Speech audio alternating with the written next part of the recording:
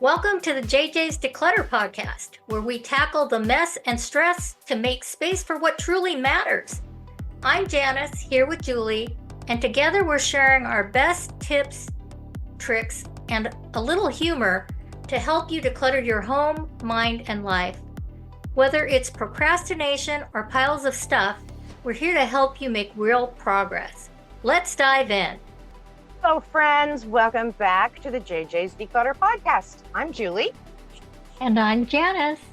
And today is the final episode of our 5-part series, Closet Chaos to Closet Competence. And we have saved something really important for last. Because here's everything we've done in this series. The mindset work in episode 12. The great closet purge in episode 13. Building a closet you love in episode 15, the systems and habits in episode 16. All of it is incredibly valuable. But if you don't address this last piece, you will be doing all of that work again in 2 years, possibly sooner. Because the closet monster doesn't grow from what's already in your closet. It grows from what you keep bringing into it. And today we're talking about shopping.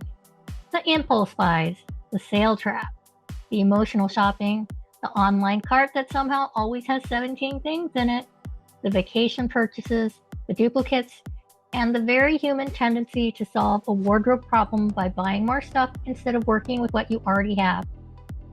Now, this is not a shame episode at all. We are not here to tell you that shopping is bad or that you should never buy clothes again. We love clothes. We just want you to buy them with intention instead of impulse. And there's a genuinely big difference between those two things. So let's talk about it. Why we keep buying clothes we don't need. Before we talk about solutions, let's talk about why this happens in the first place. Because it's not stupidity, and it's not weakness, and it's not a character flaw. The clothing industry, including online retail and social media, is extraordinarily good at creating the conditions for impulse purchases. Understanding the mechanisms helps you see them coming. And biggest one is the sale. Nothing triggers a purchase faster than the feeling that you're saving money. 50% off, limited time only. And so you buy something you wouldn't have bought at full price, which means you didn't actually need it, which means you didn't save 50%. You spent 100% on something you didn't need. The money you saved is money you spent. I like the one where it says free shipping with a purchase of X number of dollars. Anyway, Right. The second mechanism is emotional shopping. And this one is worth sitting with for a moment because it's one of the most common and least talked about reasons for clothing accumulation. Boredom shopping, stress shopping, celebration shopping, sadness shopping, shopping as a reward, as a comfort, as a distraction, as entertainment. The clothes aren't really the point in emotional shopping. The feeling of acquisition is the point, that feeling of, ooh, yay, I'm getting something new. And that feeling is real, and unfortunately, it's temporary, and it leaves you with a closet full of things bought in emotional states that don't serve your actual life. Are the purchases you made when you were on vacation or traveling? Something about being somewhere new makes us want to buy things we would never buy at home. The souvenir shirt, that local boutique find, the item that felt so right in that beautiful little shop on that wonderful trip and has never felt the same since. Travel purchases are some of the most lovingly acquired and least worn items in most people's closets. Fourth is the duplicate problem. And this one is sneaky because it looks like a preference rather than a problem.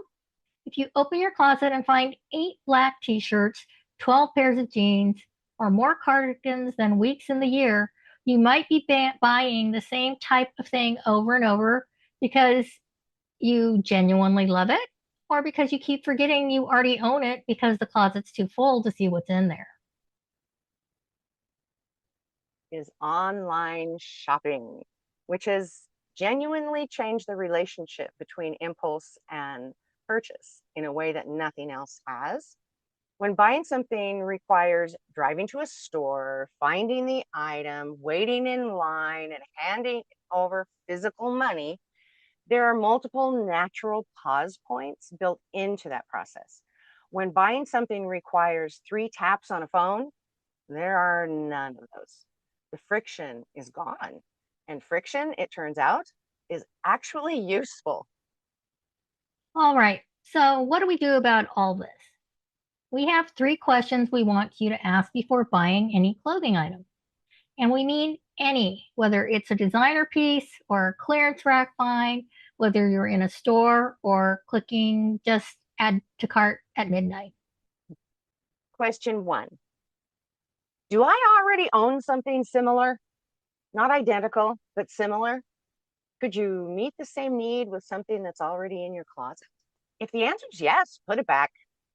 Close the tab. This is where that monthly closet scan, the one we taught you in episode 16, really pays off. When you know what you own, you stop buying duplicates of it. Question 2. Can I wear this with at least 3 other things that I own? Not things I might buy, not things I used to own. 3 things currently in my closet. If you can't picture 3 specific outfits with what you already have, the item probably isn't as versatile as it feels in the store or looks on the website. And an item that only works with things you don't own is an item that's going to sit in your closet unworn while you wait for the perfect companion pieces that never quite arrive. Question 3. Would I buy this at full price today? If the only reason you're buying it is because it's on sale, or because the website is showing a countdown timer, or because free shipping expires at midnight, put it back. A genuine need doesn't evaporate when the sale ends. If you'd walk away at full price, you probably don't actually need it at any price. 3 questions. Do I already own something similar? Can I wear it with at least 3 things I already own? Would I buy it at full price? Make these a habit and watch how much your purchasing slows down. Not because you're depriving yourself, but because you're actually thinking about whether the thing serves you before you bring it into your home. One of the most effective tools for reducing impulse clothing purchases is the waiting period. And it's almost embarrassingly simple. Before buying anything that wasn't a planned purchase, you wait 24 hours minimum for lower priced items, a week for anything significant. What you'll find is that a very large percentage of things you wanted to buy feel significantly less urgent after 24 hours. That's not you losing enthusiasm for something genuinely good. That's the impulse fading. If you still want it a week later, it's probably not an impulse purchase. If you've forgotten about it entirely, you'll have your answer. As for online shopping specifically, leave things in the cart. Don't buy immediately. Come back in 24 hours and look at the cart with fresh eyes. You will regularly find things in there that you genuinely cannot remember why you added, and you will leave them right in the cart where they belong.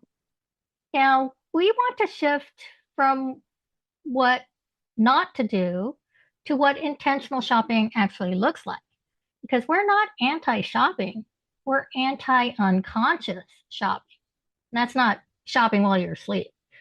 And there's a real difference. Or drunk. Sorry.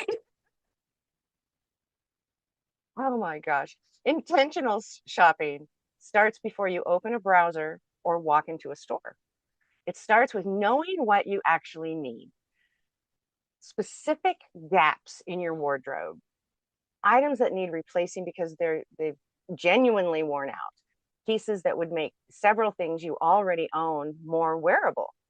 A list, an actual list.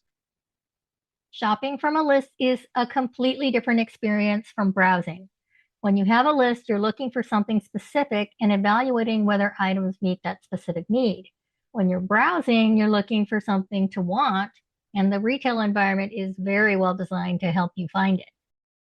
Intentional shopping Also means knowing your own style well enough to recognize when something is genuinely you versus when something just looks good on the hanger or on a model who is not you. Living a life that is not yours. This is something that gets easier the more that you know your own wardrobe. And the work you did in episode 15, understanding what you actually wear, what works for your life, and what makes you feel good, that work pays dividends here. And intentional shopping means being honest about fit. Not if it's fine, not it would fit if I size up in one spot, not I'll get it tailored. Does it fit well right now as it is on my body as it currently is? Because clothes that don't quite fit are clothes you won't quite wear. And the clothes you won't quite wear are the raw materials for future closet clutter. Read reviews, do your research before you purchase stuff. So, one of the things that I discovered about myself when I was traveling. So, I'm going to talk about traveling and vacation here. I went with my sister and we went to England, and it was this amazing trip. And I bought some things, didn't try them on, all that. And I love them. But one of those pieces that I did not try on when I got home and then I put it on, it's like sewn funky. So it's going to have to be tailored if I'm going to wear it. And it is still sitting, which I think today maybe I'll go put it in the donation bag. It is still sitting in a, gee, I should fix this box. So So, knowing what will fit you and what works with you, oh, pay attention. so this is a personal story, and it just happened yesterday, actually.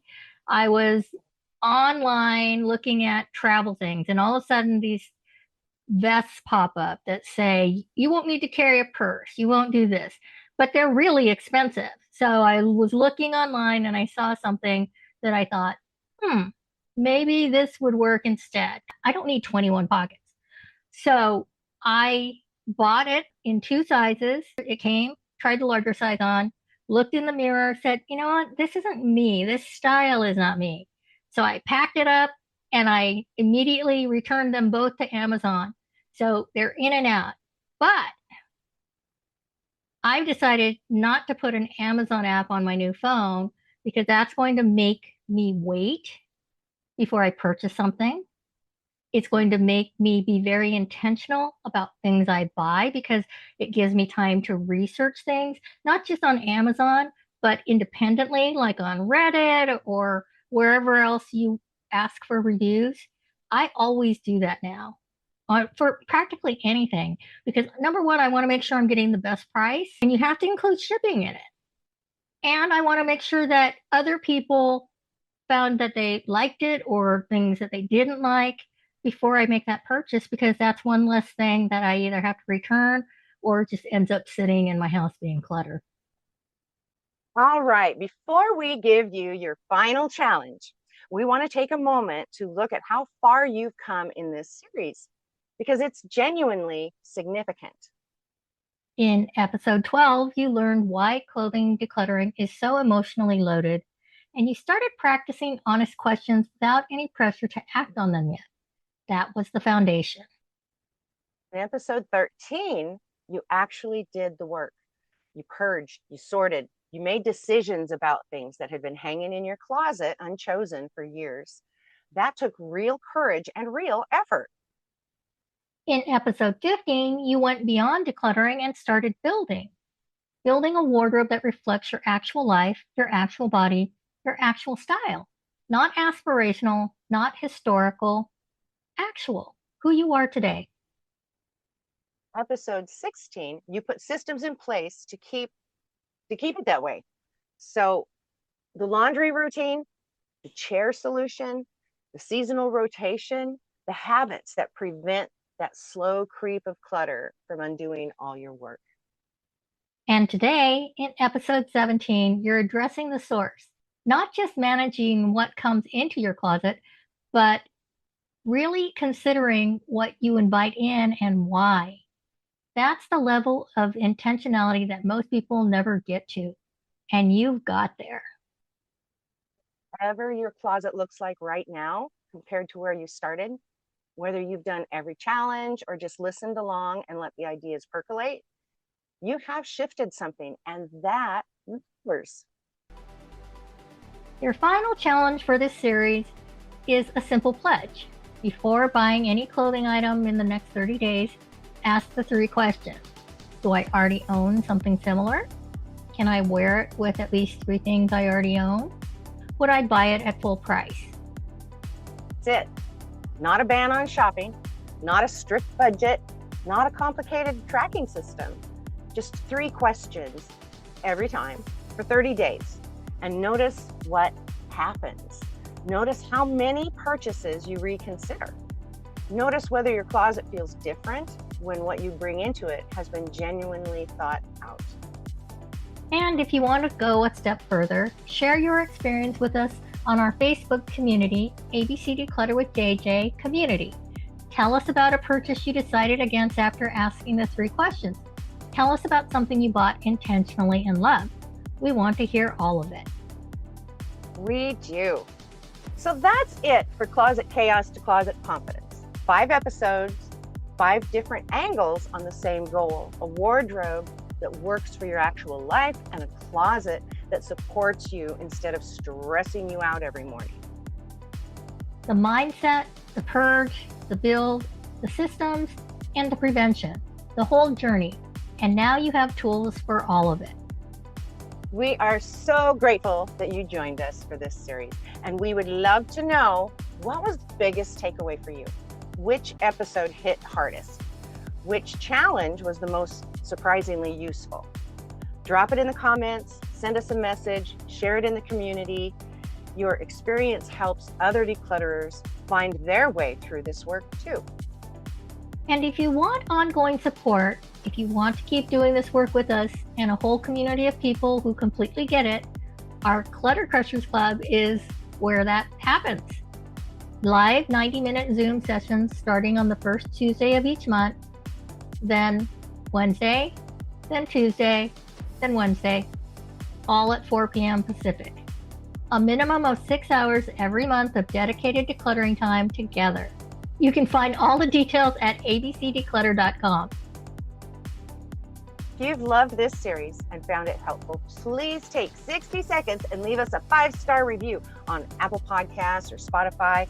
It genuinely helps other people who are drowning in closet chaos find us when they need us. We read every single review, and they mean more than we can say. So until next time, keep it simple. Keep it intentional. And as always, keep decluttering. Thank you for being here for the whole series. We'll see you next time. Happy decluttering, everyone. Thanks for joining us on the JJ's Declutter podcast. If you're ready to keep simplifying, follow us for more tips and join our Facebook community to share your wins and challenges. Subscribe here because it's always more fun to declutter with friends. And thanks in advance for leaving us a review.